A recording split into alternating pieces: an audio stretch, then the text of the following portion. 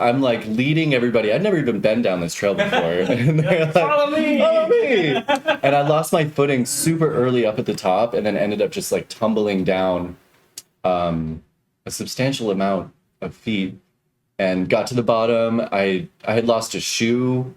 The wind was fully knocked out of me. But I was fine. So I just was like screaming up to everybody. I'm like, do not come down. Like, I'm okay. Yeah, right. And then I stripped naked and ran into the ocean. Hi, I'm James Kerr. I'm a tattoo artist, musician, and a trauma survivor. Been on this healing journey for a long time now, and it's led me here talking to you. I enjoy talking about heavy stuff like life, death, spirituality, trauma, and ways to cope with trauma. But it's not all serious. I like to joke a lot too. Welcome to the Fire of Truth podcast. I'd like to hear, let's hear your story. Yeah. What happened to you? So when I was in high school, I played volleyball and it just like really aggravated my knees and I kind of wasn't able to bend my knees as much. So I went in for an MRI. I had a dystoid meniscus, so they had to do the surgery that they put me to sleep for. What's a dystoid meniscus, or how we say So that? dystoid meniscus, the way I was always explained it was that when you're in the womb, between your knees, there's like this little gel patty. Okay. And as you get older, it kind of hollows out to like a figure 8, so your bones can bend properly. Mine never hollowed out, so it was kind of just that patty that kept like rubbing back and forth, and it's gonna sound real gross. It started like oozing off the side of my bones, and like coming out, so I couldn't fully straighten or bend my knee. I see. So it's just permanently kind of just like stupid. All like, It was yeah. Okay. So they planned the surgery, and it was supposed to be like a couple months ahead of time, and I was gonna have like time to prepare. And then they called. They're like, "Oh, actually, we just had a cancellation. We can do it in like 2 days." And I was like, "Oh, okay." So I was really nervous because I had never had a surgery or anything like that before, and I think I was 16 at the time. I was 16. We went into Kaiser. I got everything done. I came out of the surgery. They said everything was fine. I remember closing my eyes for what felt like 2 seconds, and then everything went black. And then I could start hearing things. So it kind of felt like being asleep and like being underwater at the same time. Okay. Where I couldn't react or anything, but I heard the machines. I heard the nurses kind of like start to panic. I heard it flatline, and I heard my mom like get up and like call for me, but I couldn't feel anything. I didn't see anything. And it felt like I just opened my eyes and I woke back up. But when I opened my eyes, my mom was crying. She was scared and she was just like really worried. And they told me that I had flatlined for I think 5 or 6 seconds. Okay. You were gone like 5 or 6 seconds. Yep. I know they say during the dying process, the last sense to go is hearing. So to being able to hear but not have any other sense, like you had no feeling, no sight. No, and there was no sense of like grounding. Like I couldn't tell you where I was. Oh, so you had no. I had no sense of like self. It was just like black. Okay. I could just hear things. I couldn't like feel my body or like a direction. I couldn't tell you if I was facing up or down. I couldn't. Yeah. Wow. So that's why I say it's like floating like in water almost. Sleep. Yeah. It just gave like a weird sensation, and I opened my eyes. And I was like, oh, that was really loud. Because I thought it was sleep. Yeah. And my mom's all like, no, you flatlined. Right. And I was like, oh, okay. Yeah. Yeah, and then the snapback that you were talking about was really weird because then I was fine and they discharged me that day. And I remember sitting in the wheelchair in front of like this like little makeshift room that they had for me while my mom went to go get the car. And everyone just like left me alone for 20 minutes. And I'm just like, yo, I died earlier. I could just wheel myself out of here. How the hell did this happen? What happened to like make you flatline? I think I was so tired, like still coming out from the surgery because they had put me to sleep and everything. It was an anesthesia thing. It was an anesthesia thing. Okay. I think I was just so heavily dosed that I just like slipped back into it. And I had already like been awake and was responding and talking to people. It was probably like an hour after my surgery that I flatlined. That I was like out and awake already and talking. Was that kind of like this kind of like catalyst between like your life was one way and this happened and then like you kind of see the world differently, or was that kind of like maybe a seed of like how it changed? I think I was in high school, so I would have felt every day that the world was different anyway. Okay. But I think looking back at it now, I definitely changed the way I acted without really noticing. And just back to that whole realism thing. You don't really kind of notice. You're going through so many changes. Yeah, and high school is the end of the world every single day. So I think me literally dying, I was just like, oh wow, that's crazy, and just keep it pushing and go to class next day. Right. But I think afterwards I just was a lot more realistic about things. Right. And not because before I was definitely more like the glass is half full, like you Right. got to look at it like this. Right. And as much as I still think that, it's just like, well, the Still glass that is just way. halfway. Yeah. Like, glass is refillable. Yeah, Right? exactly. Like, there's a faucet over there. Yeah, yeah, exactly. Yeah. And I think it was because I didn't realize that Yeah. I did flatline and I wasn't here. I didn't realize that, and so I was just like, oh, well, we'll just keep it pushing. We'll just do the next thing, but just be realistic about it. Because when I was sitting in that wheelchair, just waiting for someone to take me somewhere else, it's like, damn, I could really like anything could happen right now. Yeah. And Yeah. anything could happen any single second of every day. That And fact that's right crazy. there is what I think that's an important thing. You've had similar experiences too, right? Like I know you. I fell off a cliff. Oh, That was crazy. I know that story. Hang on a second. What? When I was living in Port Townsend, Washington. Crazy thing about that is that earlier that summer, I had fallen off a ladder working for my dad. We grew up hanging gutters on houses. So my dad did that for a long time in Dillon. And then he took the business down to Jackson Hole, Wyoming. And it turned out to be super fruitful for him and for the family. So like that was always good. So I grew up doing that. And then that summer I was visiting my family. I think I might have been 25 or 20, I don't know, 23 to 25, I'm not sure. But fell off a ladder like 5 feet, broke my wrist. So my wrist was in a cast, and then I was like, well, I'm gonna go back out to Port Townsend to go visit friends, because first time I moved up there, I was like 18 or 19, and I was living on a boat with a friend of mine, and fell in love with the place. Made some really good friends. So that summer that I had broken my wrist, I was like, I'm gonna go visit friends. So we were out on this place called Fort Wharton. It was an old World War II bunker, and it was we'd like go up in really cool spots. And a specific place that we were at, you could take a trail and like a rope down to get to the beach. And we were drinking, and I was like, let's go swimming. And so like I'm like leading everybody. I'd never even been down this trail before. And they're like, follow me. Follow me. And I lost my footing super early up at the top, and then ended up just like tumbling down a substantial amount of feet, and got to the bottom. I had lost a shoe. The wind was fully knocked out of me. But I was fine. So I just was like screaming up to everybody. I'm like, do not come down. Like, I'm okay. Yeah, right. And then I stripped naked and ran into the ocean. So when people retell the story, they're like, dude, you just disappeared. And then we saw you running like naked into the ocean. And then I had like the long, like, 3 or 4 mile walk back into town Right. along the beach. There were no hallucinogenics involved. No, just drinking. No, okay. Yeah. And then a couple of days after that, I had gone back to the place to be like, what did I fall off of? Yeah. And I'm like, holy shit. Right. So that was a spiritual experience for me to be like, Right. okay, there is something like larger than just me. I don't really necessarily believe in like the religious church version of what God is, Right. but I do believe in like a higher levels of power. Well, or you whatever. you can look at it from like even a super like materialistic point of view, right? If you even from that perspective, if you don't think there's something greater than you, then you're not looking through a telescope, Uh-huh. right? Like we live in a universe that is infinitely like larger than this tiny speck of a body it is, and it's like trying to explain what God is. I like using this phrase, and I think I got it from a guy named Thomas Campbell, where he tries to explain like our conversations talking about God is pretty much like trying to be like a bacteria that lives in the lining of my stomach. That bacteria trying to explain where its food comes from a grocery store. Right. Right? Like, how the hell does the bacteria have any frame of reference or capacity to understand the concept of a grocery store? Mm-hmm. This is us talking about God is similar to that, right? However, that's where we get art, that's where we get music, dance, we get fucking, poetry, all of this stuff. We're talking about love. We're talking about, and I love talking about that kind of stuff. And I've had similar experiences too, where I don't have memories of it, but I do have memories of being resuscitated from after overdosing on meth on the sidewalk by EMTs, and like being too young and in my fucking shit to like really appreciate it then, but Yeah. like looking back on it now, going, holy fuck, that shit changed me, you know, like that, like you were saying, you know, you appreciate the moment more, right? Like you realize that it could be over in a second. Yeah.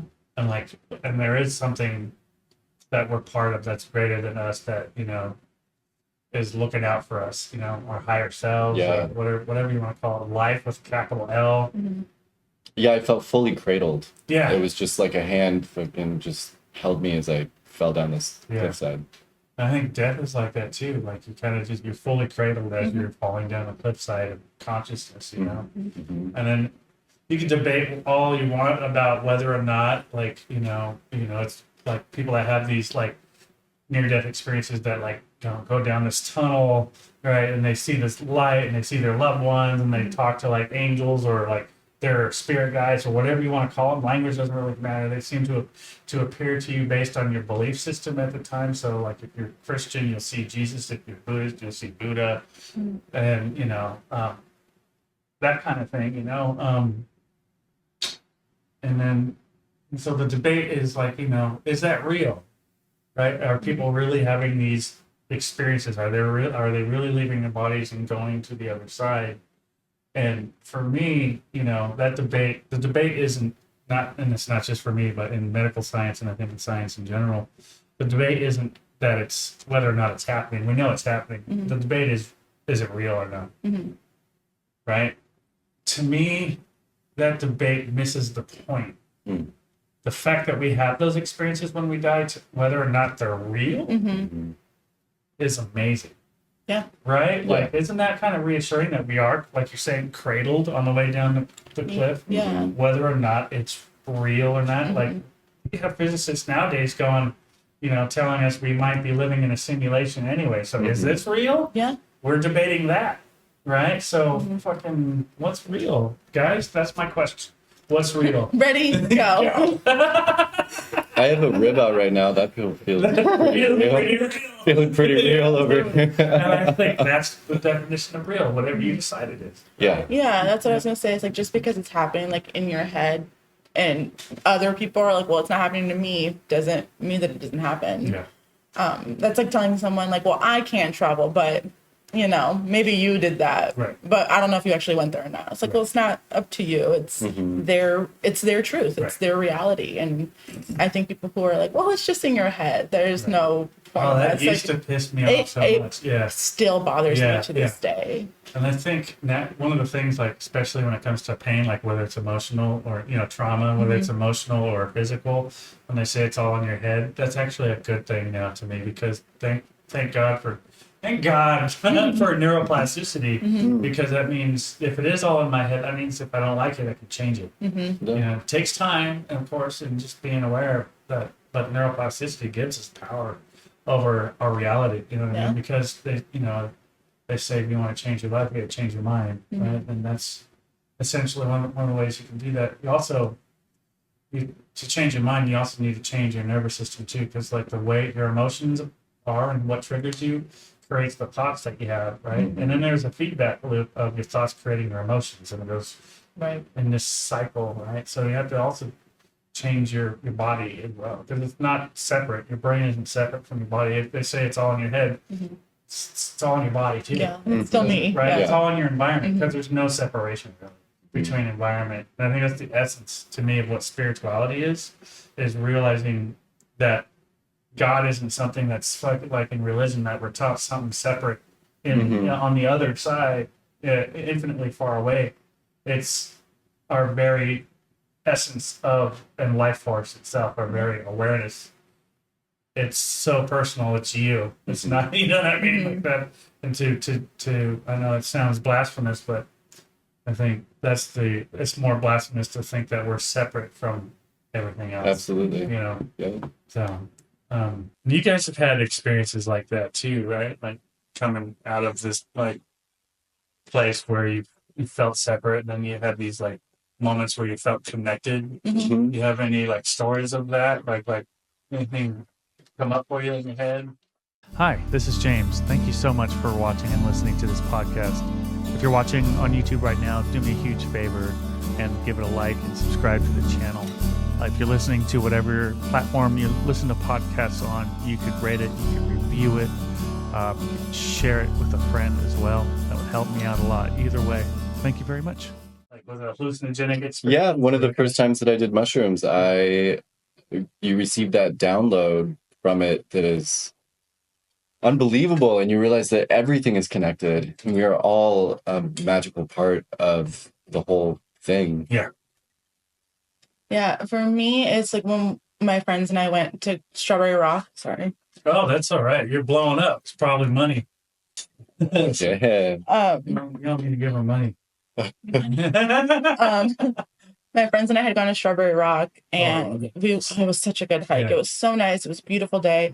We got to the top. We sat there. We were drinking our water. We played a little bit of music, and I'm just like looking out onto all these trees, and I like start crying, and I like cover myself so my friends don't see. And they're like, "What's wrong?" I'm like, "Nothing's wrong. It's just so pretty, and we were all friends at the same time, and we all decided to come to Humboldt, and we're all here together." And I went into my whole spiel.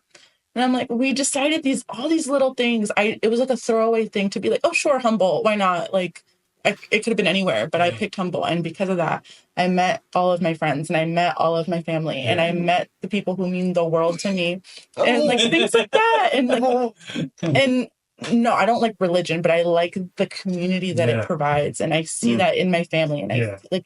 And that's good for that. Yeah, it is, and it's great. I love seeing that they have that system, but sitting out on Strawberry Rock, just kind of breathing all that in, seeing all the millions of trees, seeing the water out to the side, sitting there with my friends listening to music. I was like, oh my God, we're all connected. Yeah, and it was a beautiful feeling, and I loved it. That's the thing, man. I think one of my favorite spiritual teachers that I watch on YouTube is Rupert Spirit. When he talks about oneness, there's different. He uses the word beauty as a way to see the oneness, that feeling like when you're seeing something beautiful and you lose that sense of separation between who you are and what you're looking at.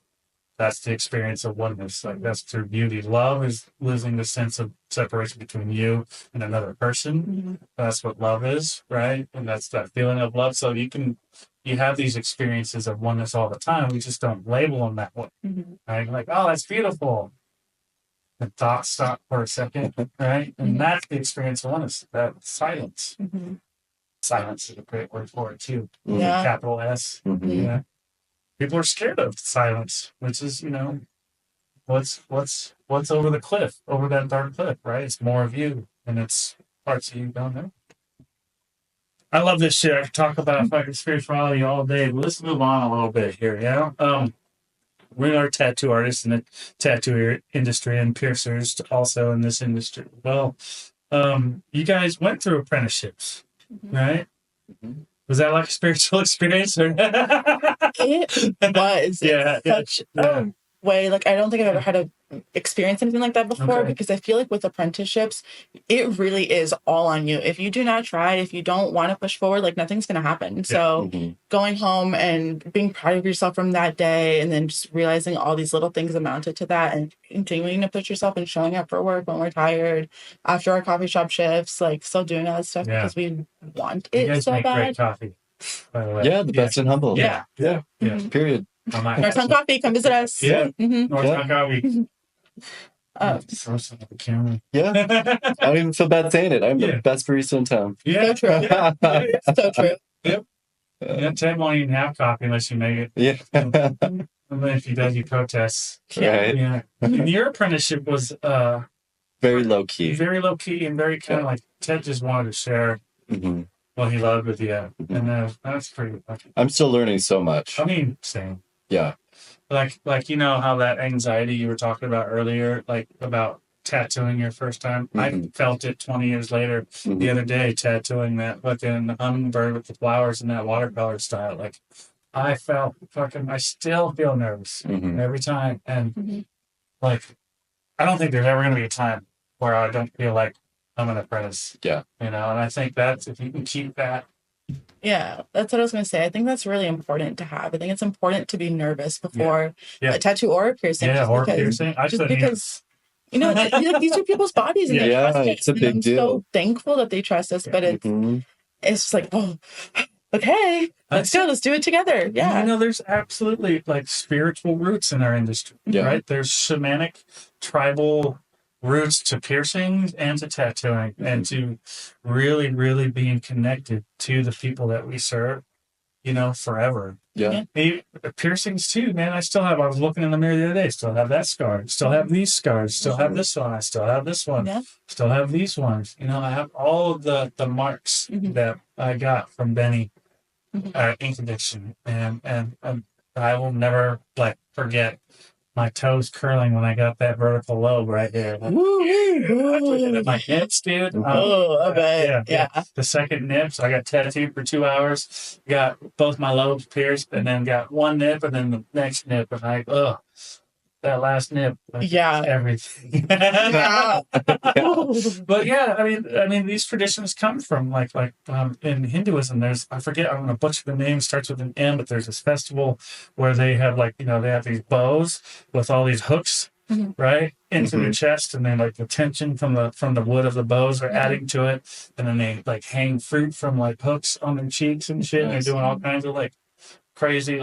ritualistic, basically using the body to transcend the body. That's a Eastern kind of traditional way of thinking of piercings and what we do. In the Western tradition, the more indigenous cultures, the Sundance Festival, right? They have eagle claws, basically suspensions, essentially, right? Yeah. And then there's tattooing that dates back all the way to at least 5,000 years. The Iceman, one of the first mummies that archaeologists found, they have tattoos on them. Crazy. It's so cool. Yeah. It's so cool how deep this runs. Yeah, right. Yeah. And we're part of that very, very thousands of years long legacy, maybe more, maybe 10,000 years. We don't know how long, but it's a long fucking time. And so we're all part of that lineage, and we are part of something greater than ourselves, and we live that every day. And I feel very blessed to be able to do that. And there's, it leads me to the next question, the final one, which is we're talking about inclusivity in this conversation a little bit. You guys feel that the tattoo industry locally and at large is fairly inclusive now compared to what it was before? I definitely think it's becoming more inclusive. Yeah. I think in every sense we have a long ways to go. Yeah. But I think that's everything. Yeah. You can always learn more, do better, but it's definitely starting. I see it that it's a lot more welcoming now than I think it used to be, or at least how it used to be perceived as. Right. And then our shop has gay flags everywhere. We have a gay flag on the door. It makes me so happy going into work. Yeah. Not only that it's allowed, but it's so celebrated. Yeah. We do our week-long pride flash, and it's just so nice walking into work. At least I won't speak for you. No, walking into right work and just knowing that it's okay and it's celebrated, and our people still love us, and that's not the main thing that's focused on. It's just it's just a little asterisk as to who we are. I wish we didn't have to think our people still love us. I wish that wasn't even a thought in the vocabulary, right? But it is, and we have to raise awareness, still, right? It's still a fight. I remember even growing up, seeing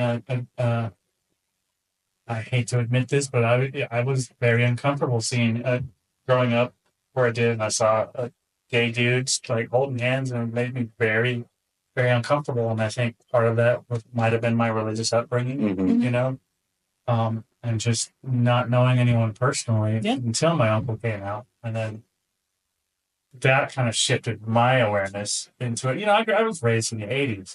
It was different in the 80s. The world was different, but I'm glad that that's behind us, and that we're, moving towards a lot more, like I said, to a place where we, are just hanging out. Yeah. Right. Well, and in the 80s and 90s, HIV and AIDS was such a real thing.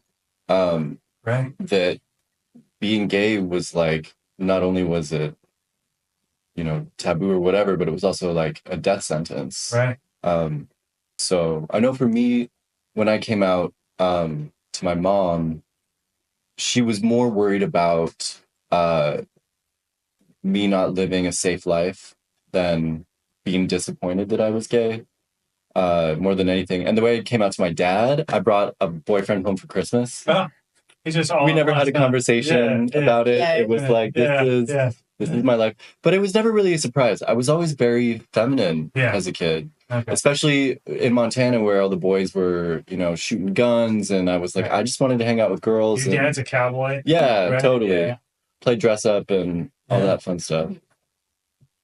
Where do you see the industry going? You think it's going to be more open, more inclusive? Totally. Yeah. Is it? Do you feel like maybe the tattoo industry is kind of like a microcosm of where our society at large is going? Hopefully, I know it feels like, at least to me, there's like extremes steps back on both ends. Right, it's like, yeah. Well, and the artwork that I'm seeing coming out of the tattoo industry is bonkers. Yeah. People are super, super, super, super talented. And I think it's cool that it's not such a closed off industry anymore. People are opening it up to newer talents and different types of people. And I think that that's super cool to see. Yeah. It also means, I don't want to say that it's flooded or that there's too many artists, People but say that it's oversaturated. Yeah. It's fine if you want to say it. I'm super, super new, so I'm part of that. Welcome to the flood. Right. I think bring it. You know what I mean? Because if it is, and I'm sorry if I'm derailing. But I feel like, yes, of course, there's a lot more tattoo artists, but there's also 8 billion people in the world. Yeah. Most of them aren't tattoo artists. Yeah. Or piercers.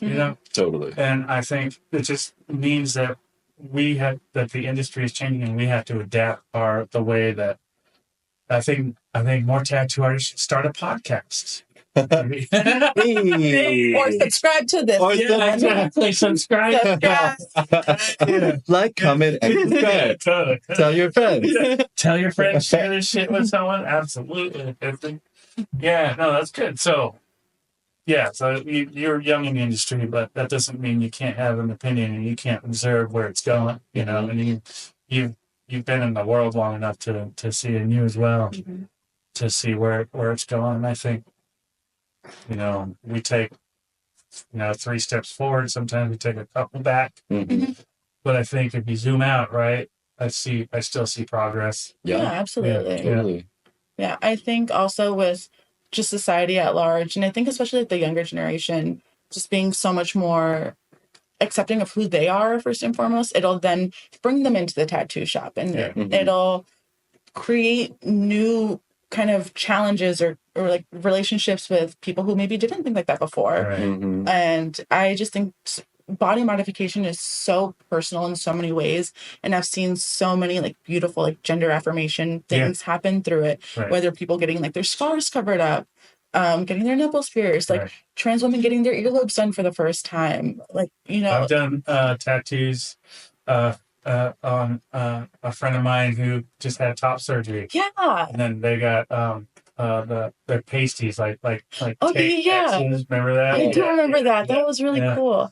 And like seeing people like that who are just so, like visibly comfortable with who they are and just their life, it's so heartwarming to see. Yeah. And then they come into the shop, and then we get to have that. And then we also tattoo on like little church ladies get verses on them too. Right? So duality. Yeah, exactly.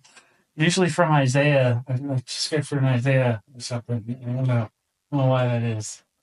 Yeah. I think we gotta walk in today for Alex, maybe doing like a John 13. Okay, 16 or something. Yeah, I'm doing angel numbers on Thursday, which we love it. Yeah. Charlie did my angel number. Oh, you did that? I did that. We will throw that up right now. Yeah. Throw a picture of it. Yeah. Holy heel. In this thing right here, is this where it's gonna come? Like have it hung over the table? Yeah, like out of your hand. That's great. I can do a little special effects. Man. Yeah. Great. You guys got anything you want to talk about or add to it, or can I go back like to your conversations and ask you a question? Absolutely. When we were talking about like the near-death experience and like feeling like cradled, when you had yours, did you feel scared at all? Do you remember? So when I had mine, it's a good question. I was also like wacky, so I didn't really know what was happening. So in my mind, okay, here's a crazy thing, and I'll give you an example of what was going on. And this is right before I remember being resuscitated. So this is what happened that led up to this. I was hanging out at my ex-girlfriend's house, and I was homeless already, right? So, and I was I don't know how. It's the first time I overdosed and got a hold of some good shit, I guess. And then all I remember is what I remember was being in a dark place and it's just surrounded by darkness. And I saw this pinhole of light up in the corner. And every time I reach up to touch the light, it burned my finger. Mm. And I keep trying to touch it and kept burning my finger. What was actually happening in reality was I was sitting on my ex-girlfriend's couch telling her I was God, and I'm burning my fingers with matches. Oh. Yeah, right. And I kept touching that pinhole of light, and I don't know. So that's what I was doing. And then I left her house. Thank God I left her house. Mm. And then she called the cops. She called 911. Thank God. And then I remember collapsing on the sidewalk. So there was no fear. I didn't know what the fuck was happening. So this is all kind of retroactively. I remember collapsing on the sidewalk. And next thing I know, I'm like, clear, crack, being resuscitated. And then I'm being wheeled off to Mad River and then tied to the bed of my house, the mental hospital, to try to be Progressive. Yeah, progressive as far as like I've been calling in that house for a long time, for years, but no, I was informed recently that we should call it a mental hospital. Like, oh, sorry, yeah. So I'm learning, right? And thank you for not canceling me. But yeah, so that was my memory of that. I did have a spiritual transformative experience, which was after my mom died and she came and visited me in what I would classify as a dream for conversation. Right. But it wasn't a dream. It was more real than this, and that's a whole like I was taken out of my body by an angel, or I asked him, "Are you an angel or an alien?" And he was like, "It's not about me. It's about you. This is about who you are." So he wouldn't tell me if he was an angel or an alien. It doesn't really matter. But yeah, it was right after my mom passed away, and then I got to kind of see my past lives. It was almost like a life review for my higher self. To see all my past lives like as a book on a table, and every page was a past life. Wasn't allowed to remember it, so I don't have any memory of what anything was on any of the pages. And I was able to because I was having super anxiety around death. And so after this, I came back to my body. I woke up and I was camping, in the woods. I was on a camping trip with my family. And then I just had this feeling of peace for 2 or 3 weeks. I was walking around in this kind of bliss state after that. It's the closest I've ever had to a near-death experience with memory intact, Yeah. Oh, yeah. Yeah, that definitely changed me. That's the thing. We have these, I think, these moments in our lives where, for me, there's me, then my mom died, and then after that, everything changed, and then my dad died, and then after that, everything changed again. So it's kind of that's our life. It's you have these kind of moments, right, in our lives that you can see are anchor points to where you were one way, then this happened, and then you're different. But it's not just one thing. Sometimes there are multiple little things that add up, like you were saying, like that in your near-death experience, right? You're too young to really process it. But it's still one of those seeds that are growing. So, I like that word anchor points. Because I was trying to think milestones, but that sounds like something positive. Anchor points kind of more just like a grounding. It's not like a value judgment. Just things were one way, this happened, and then now they're different. It's kind of like the boat went or something. Now we're going in a different direction. Well, Slay. much love. Yes, slay. Sinner. Thank you guys so much. Thank you, James. Thanks, James. Much love to you both. Yeah, Sam. Appreciate you for having us. Yeah. I'll have you back at some point. Great. Yeah. Okay.